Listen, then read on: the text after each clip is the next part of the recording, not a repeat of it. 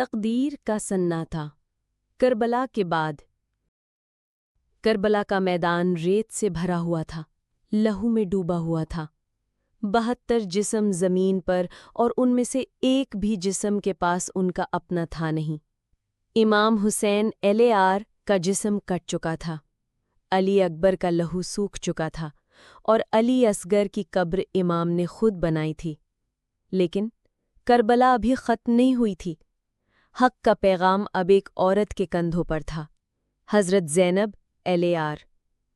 زخم تو حسین کے جسم پر تھے، لیکن صبر زینب کے دل پر تھا۔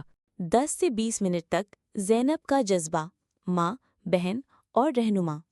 زینب ایسپو نے بھائی کے لاش پر آنکھیں بند کر کے دعا مانگی، یا اللہ تو گواہ رہنا کہ ہم نے تیرے دین کے لیے اپنے سب کچھ دے دیا۔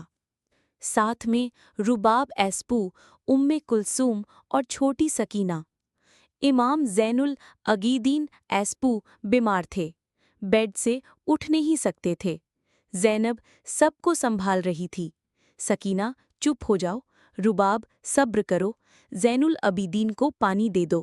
انہوں نے عورتیں اور بچے قید کر لیے۔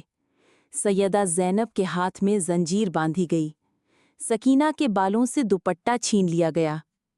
لاشوں کے درمیان سے گزرتے ہوئے ایک ماں نے علی اصغر کا خالی جھولا اٹھایا۔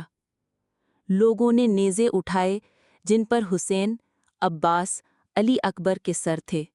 وہ نیزے بھی رو رہے تھے۔ شام کا راستہ، بازار سے گزرنا۔ قیدیوں کو جلوس بنا کر کوفہ لے جایا گیا۔ راستے میں لوگ ہنس رہے تھے، پتھر پھینک رہے تھے۔ زینب علیہ السلام نے صبر کا جام پیا اور صرف اتنا کہا، اے لوگوں، تم کیا سمجھتے ہو؟ تم نے ہمیں شکست دی؟ حق ہر وقت جیتتا ہے اور یہ تو بس شروعات ہے۔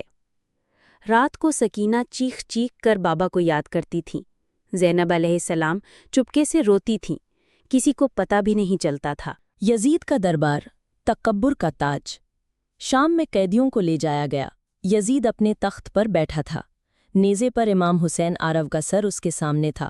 رباب آرا نے چہرہ جھکا لیا، سکینہ نے اپنی ماں کے دوپٹے سے منہ چھپا لیا۔ یزید ہنس کر کہہ رہا تھا، حسین، کہاں گیا تیرا خدا؟ حضرت زینب آرے کا خطبہ، حق کا دھماکہ۔ ساری دنیا خاموش تھی۔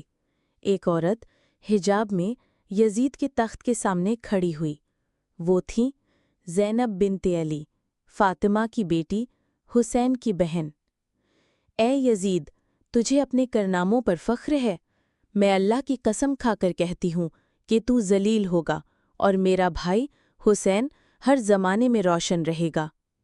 حضرت زینب آرے نے قرآن کی آیت پڑھ کر ثابت کیا کہ ظلم کبھی نفع نہیں دیتا، حق کبھی چھپ نہیں سکتا۔ یزید کا چہرہ زرد ہو گیا، لوگ رو رہے تھے، کچھ نے اسلام کو پھر سے سمجھنا شروع کیا۔ یزید بے عزت ہو کر قیدیوں کو مدینہ بھیجنے پر مجبور ہو گیا۔ مدینہ لوٹ کر بھی زینب نے خاموشی نہیں اختیار کی۔ زندگی کے آخری دن تک وہ دین کی تعلیم دیتی رہیں۔ ان کا صبر اور خطبہ آج بھی ہر بے باک آواز کی مثال ہے۔ کربلا میں تلواروں نے لہو بہایا، شام کے دربار میں زینب کی زبان نے حق کو زندہ کیا۔